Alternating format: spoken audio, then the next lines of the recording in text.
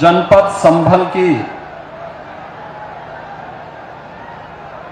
660 करोड़ रुपए की लागत की इन परियोजनाओं के लोकार्पण और शिलान्यास कार्यक्रम में मंच पर उपस्थित भारतीय जनता पार्टी के प्रदेश के लोकप्रिय और कर्मठ अध्यक्ष, इसी माटी के सपूत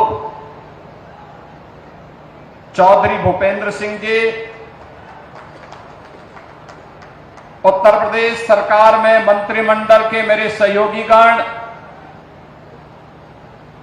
इस चंदोसी विधानसभा क्षेत्र की लोकप्रिय विधायक, प्रदेश की माध्यमिक शिक्षा की मंत्री श्रीमती गुलाब देवी जी, प्रभारी मंत्री श्री धर्मवीर प्रजापति जी, उत्तर प्रदेश सरकार में कृषि और कृषि शिक्षा के राज्य मंत्री सरदार बलदेव सिंह ओलख जी, क्षेत्रीय अध्यक्ष पश्चिमी क्षेत्र श्री सत्येंद्र सिसोदिया जी, क्षेत्रीय अध्यक्ष ब्रज क्षेत्र श्री दिग्विजय सिंह साक्य जी, भारतीय जनता पार्टी के जिला के अध्यक्ष श्री हरेंद्र सिंह जी,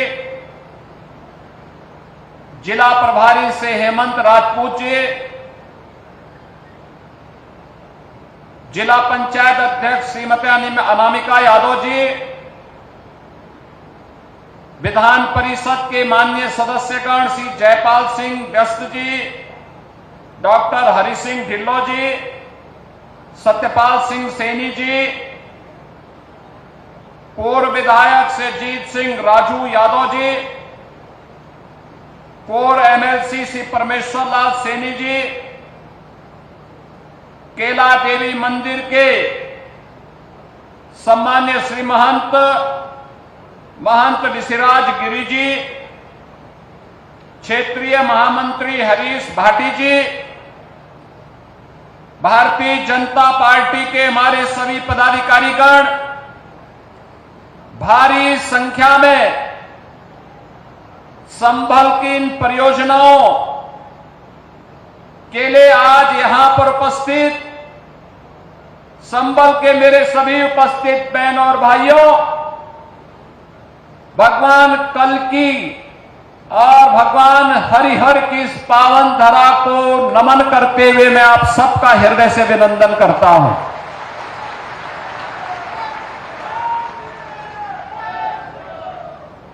आप सभी को इन परियोजनाओं के लिए हृदय से बधाई भी देता हूं और रक्षाबंधन और श्री कृष्ण जन्माष्टमी के पूर्व मिलने वाले इन उपहारों की शुभकामनाएं भी देता हूं।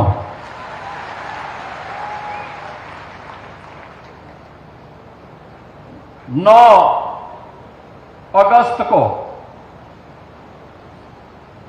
रक्षाबंधन का पावन पर्व है और रक्षाबंधन हमारे यहां सनातन धर्म की परंपरा में एक पुरोहित के द्वारा एक यजमान के हाथों की यजमान के लिए, एक बहन के द्वारा एक भाई के लिए एक पवित्र सामाजिक बंधन के इस आयोजन के साथ हम जुड़ने जा रहे हैं। याद करिए, पर्व और त्योहारों की एक लंबी श्रृंखला सनातन धर्म की परंपरा में हम सबको इसकी गहराई, इसके महात्म, इसके सामाजिक और आध्यात्मिक महात्म की ओर हम सबका ध्यान आकर्षित करते हैं।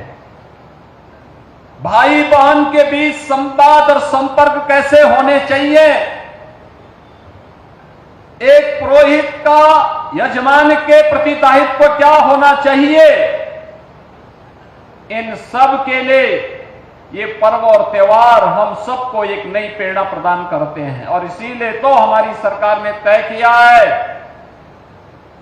कि 8, 9 और 10 अगस्त को हर वाहन के लिए उत्तर प्रदेश परिवहन निगम और नगर विकास की बसेज में फ्री में यात्रा की सुविधा उपलब्ध रहेगी।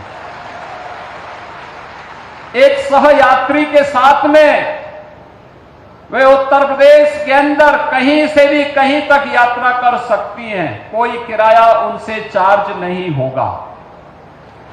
ये बहनों को ये डबल इंजन सरकार की एक उपहार है। और अगर बहनों को उपहार मिल रहा है तो गुलाब देवी जी तो इतने दिनों से पीछे पड़ी हुई थी कि जिला मुख्यालय बनना चाहिए, बनना चाहिए, बनना चाहिए। आज वही जिला मुख्यालय का उपहार देने के लिए हम संभल नगर को आए हैं। बहनों और भाइयों, संभल की घोषणा हुई थी 2011 में। पिछले 14 वर्षों के पास संभल के पास अपना जिला मुख्यालय है। पुलिस लाइन नहीं, हमने 288 करोड़ पुलिस लाइन के लिए यहां स्वीकृत किए हैं, काम चल रहा है। जैसे पुलिस लाइन का काम बेहतरीन तरीके से आगे बढ़ रहा है, ऐसे ही लगभग 80 एकड़ क्षेत्रफल में जिला मुख्यालय के निर्माण के लिए भी इंटीग्रेटेड ऑफिस कॉम्प्लेक्स देंगे। एक छत के नीचे जिला से जुड़े हुए सभी कार्यालय एक छत के नीचे लेके आएंगे और जनता को वहां पर सभी प्रकार की सुविधाएं उपलब्ध करवाने का काम करेंगे। यहां से संभल की दूरी को कम करने के लिए 4 लेन की कनेक्टिविटी भी देंगे। कोई समस्या नहीं आएगी, क्योंकि संभल तो हम सबकी आस्था का प्रतीक है। हरि और हर यानी विष्णु और शिव दोनों का जहां पर एक सामूहिक रूप से दर्शन हो सकते हो, वही है हरिहर। भगवान विष्णु का 10वां अवतार इसी संभल में हमारे पावन ग्रंथों ने माना है। बहनों और भाइयों, कुछ लोगों को यह विवादित विषय लगता होगा, क्योंकि जिनकी पृष्ठभूमि ही विवादित है, जिनका पारिवारिक पृष्ठभूमि ही विरासत है, उन्हें हिंदू परंपरा में विवाद नजर आता है।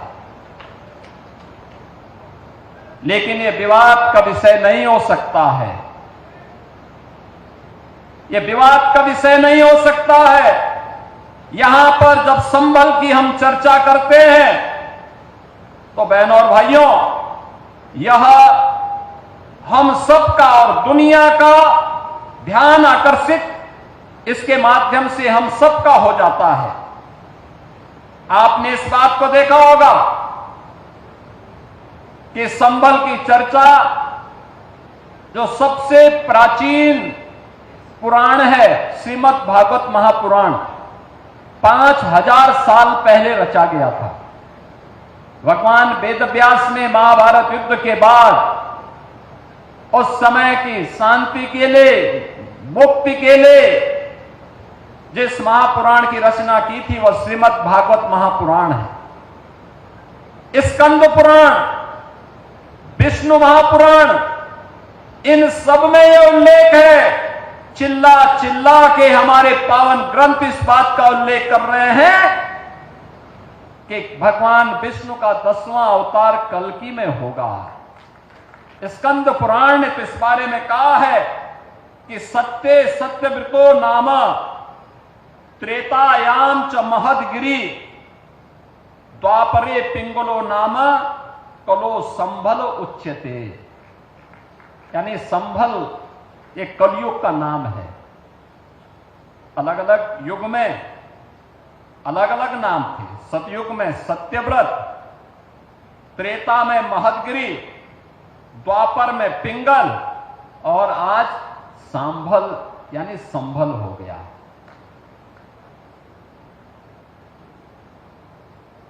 ये स्कंद पुराण कहता है। और पुराण के ही इसी प्रसंग को अगर आप ध्यान में रख करके देखेंगे तो वही प्रसंग हम सबका ध्यान आकर्षित करते हैं।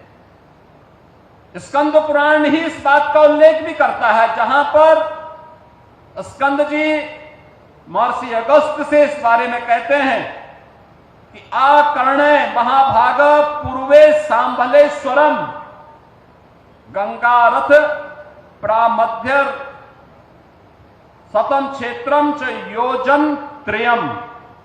यानी यह संभल के बारे में कि संभल नगर जो भागीरथी गंगा और राम गंगा के मध्य में है, यह 36 किलोमीटर की दायरे में स्थित है।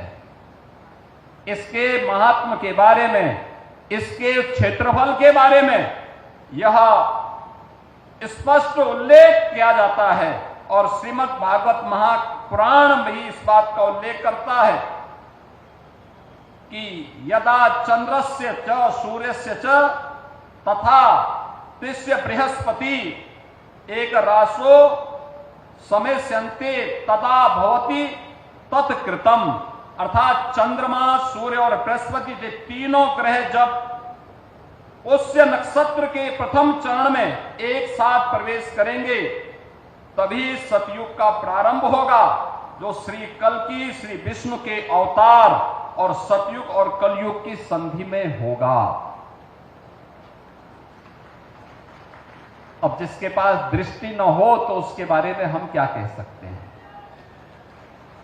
और संभल एक सच्चाई है। बहनों और भाइयों, इस सच्चाई का उल्लेख हमारा ग्रंथ कहता है। 68 तीर्थ थे, 68 तीर्थ थे यहां के, 19 पावन कूप थे, परिक्रमा का मार्ग था, सब कुछ था। कैसे बर्बर अत्याचारों से विदेशी आक्रांताओं ने इन तीर्थों को नष्ट किया, अपवित्र किया, कैसे इन कार्यों को अपवित्र करने का कार्य किया, कैसे कब्जे हो जाते हैं। 19 के 19 कूपों पर कब्जा हो जाता है, तीर्थों पर कब्जे हो जाते हैं, मार्ग तोड़ दिए जाते हैं। 24 कोस और 84 कोस की परिक्रमा के मार्ग को बाधित किया जाता है। परिणाम एक सच को छुपाने का कुत्सित प्रयास। लोक माता अहिल्याबाई होलकर ने अपने समय में इन तीर्थों का पुनरुद्धार किया था। उन्होंने उस समय जब काशी विश्वनाथ मंदिर के पुनरुद्धार का कार्य लोक माता अहिल्याबाई होलकर ने किया था, उसी समय भगवान सोमनाथ के मंदिर का, चाहे भगवान सोमनाथ का मंदिर सौराष्ट्र गुजरात का हो या काशी में भगवान विश्वनाथ का मंदिर, ये क्रूर आक्रांताओं के बर्बरता के शिकार हुए थे। उनका पुनरुद्धार करने का काम, यह कार्य भी लोक माता अहिल्याबाई होलकर ने किया था। तो साथ ही साथ उन्होंने संभल के इन तीर्थों के पुनरुद्धार का भी काम किया था। आज भी आप देखते होंगे लोक माता अहिल्याबाई होलकर ट्रस्ट के द्वारा तमाम तीर्थों के लिए कुछ सहयोग किया जाता है, लेकिन अब हमारी सरकार ने तय किया है 68 के 68 तीर्थों को, 19 के 19 कूपों को, परिक्रमा मार्ग के पुनरुद्धार का कार्य अब ये डबल इंजन की सरकार उठाएगी। ये हमारा दायित्व भी है, नैतिक कर्तव्य भी है, क्योंकि विकास तभी सार्थक होता है जब वह विरासत के साथ जुड़ती है। ये विरासत का संरक्षण भी है और आने वाले वर्तमान और भविष्य के सुनहरे सपने को उड़ान देने के लिए उन्हें विकास की प्रक्रिया से जोड़ने का एक अभियान भी है। आज आप देखते होंगे काशी विश्वनाथ धाम प्रधानमंत्री मोदी जी के कर कमलों से जो भव्य स्वरूप प्राप्त किया है। आज काशी में कोटि कोटि भारतवासी आकर के, सनातन धर्मावलंबी आकर के आस्था के साथ साथ वहां के विकास को एक नई ऊंचाई पे पहुंचा रहे हैं। 500 वर्षों के बाद अयोध्या में श्री राम जन्मभूमि पे भगवान श्री राम के भव्य मंदिर के निर्माण बनने के साथ ही एक नई अयोध्या के दर्शन हमें अयोध्या धाम में देखने को मिलते हैं। बहनों और भाइयों, अगर काशी में और अयोध्या में हो सकता है तो संभल में क्यों नहीं? संभल भगवान कल्कि और हरिहर के इस पावन धाम के पुनरुद्धार का कार्य क्यों नहीं? और उसी दायित्व का निर्वहन करने के लिए सरकार आई है आपके पास। सरकार आपके पास आई है आपसे कहने के लिए हम विकास भी कराएंगे, हम लोक कल्याण के कार्यक्रमों को भी करेंगे, बिना भेदभाव के शासन की योजना का लाभ हर गांव, हर गरीब, हर किसान, हर नौजवान को देंगे।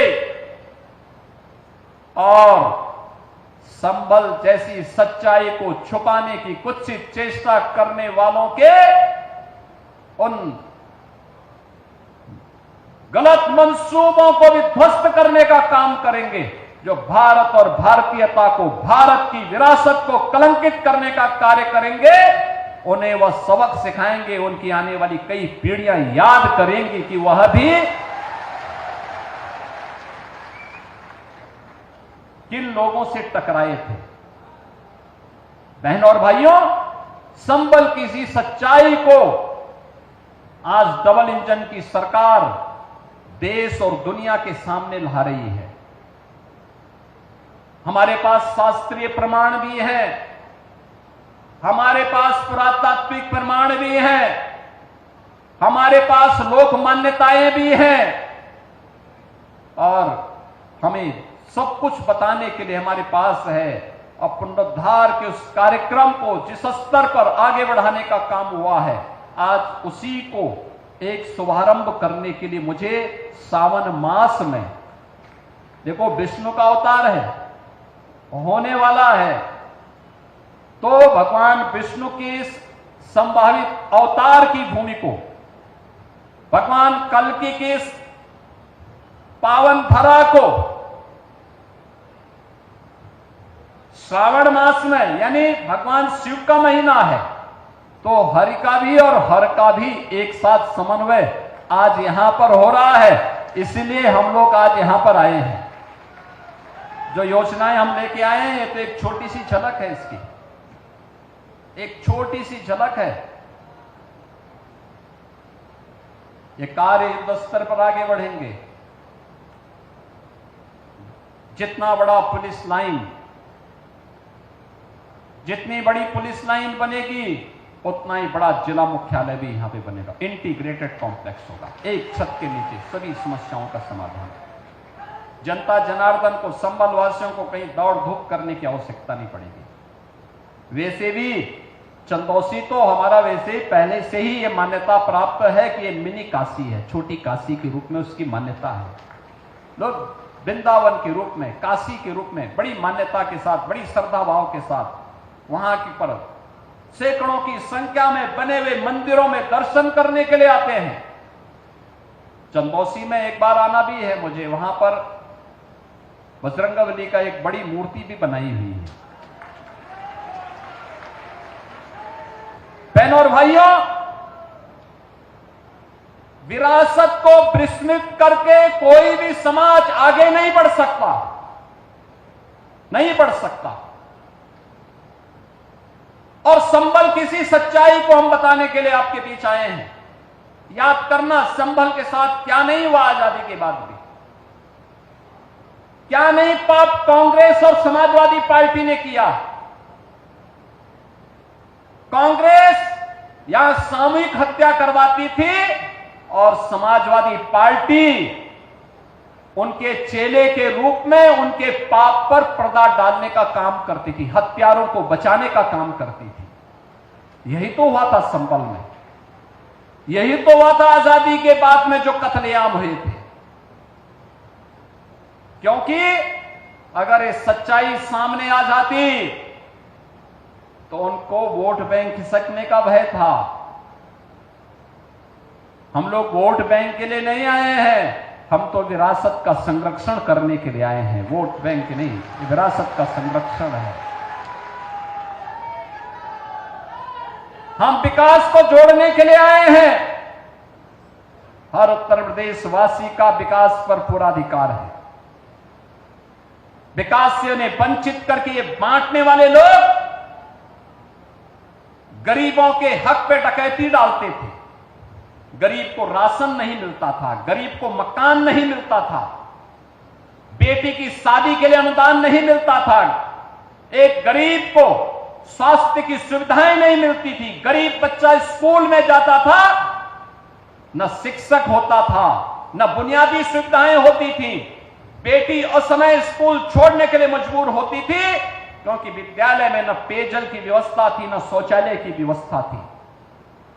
और आज जब डबल इंजन की सरकार काम कर रही है, आज आप देख रहे होंगे विद्यालयों में बुनियादी सुविधाएं, बालक और बालिकाओं के लिए पेयजल की व्यवस्था भी है, टॉयलेट की व्यवस्था भी है, अच्छा फर्श बना है। फर्श बनाने के साथ ही डिजिटल लाइब्रेरी भी है, स्मार्ट क्लास भी है,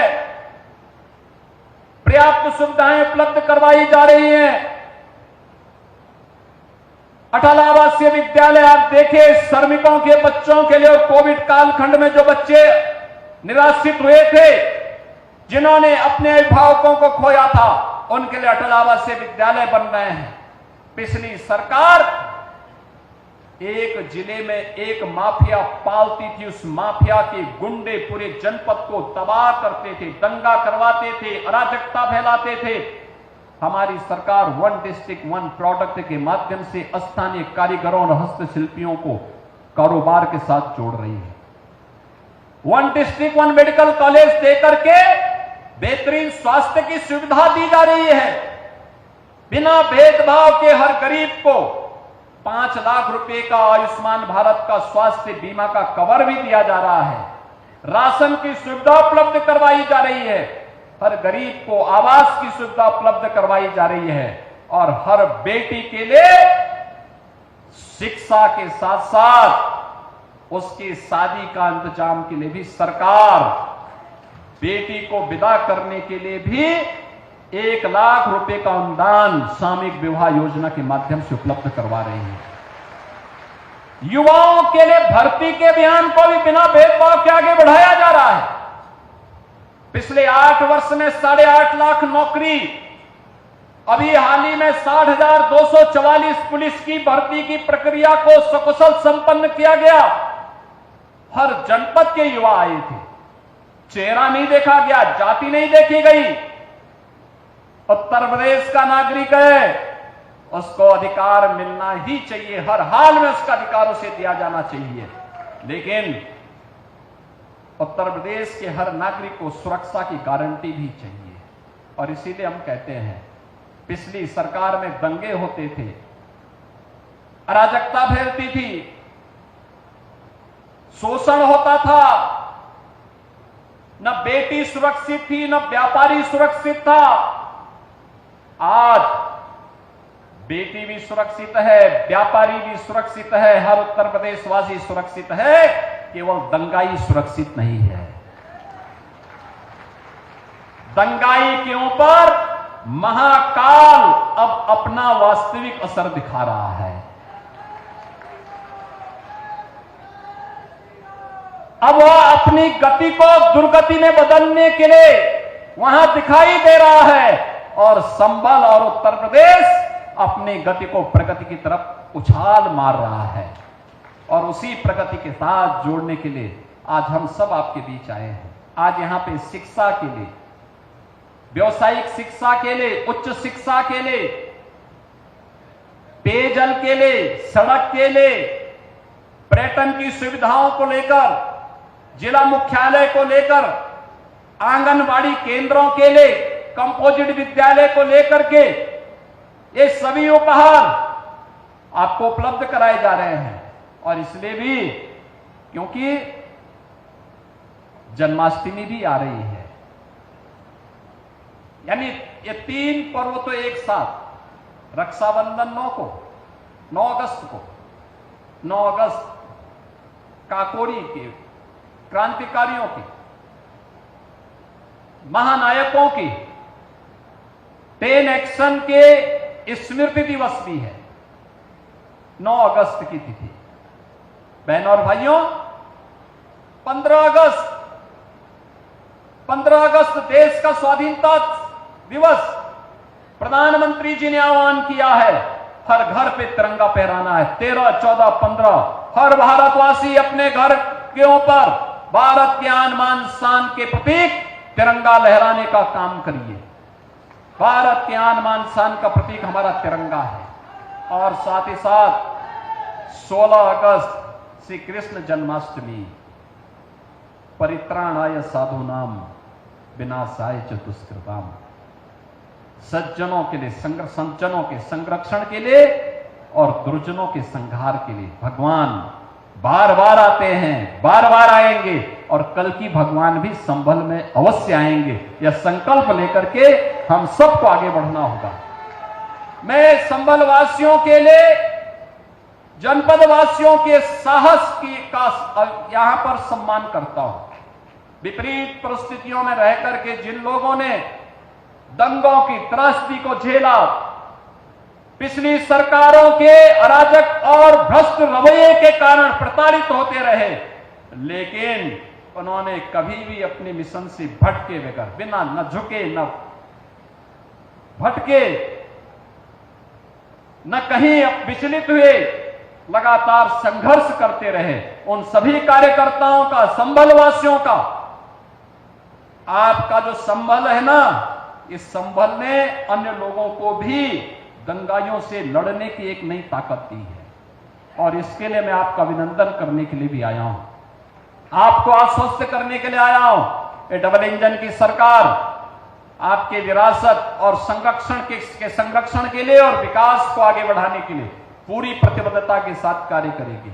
और उसी कार्यक्रम का शुरुआत करने के लिए कि जिन लोगों ने संबल के साथ पाप किया था, उनको उसके पाप की सजा मिलेगी। जिन लोगों ने भी संबल के विकास से वंचित किया था, उनको इसकी कीमत चुकानी पड़ेगी। जो लोग संबल को दंगाग्रस्त करते थे, जो लोग सनातन धर्म के इन पवित्र स्थलों को पवित्र करते थे, उन्हें इसकी कीमत तो चुकानी ही पड़ेगी। और इसी का आश्वासन देने के लिए आज मुझे संभल आना पड़ा है। मैं इस अवसर पर एक बार फिर से इन सभी योजनाओं की सौगात आप सबको समर्पित करता हूं। इसका उपहार है संभल वासियों को। और संभल के विकास के लिए ये जिला मुख्यालय आपका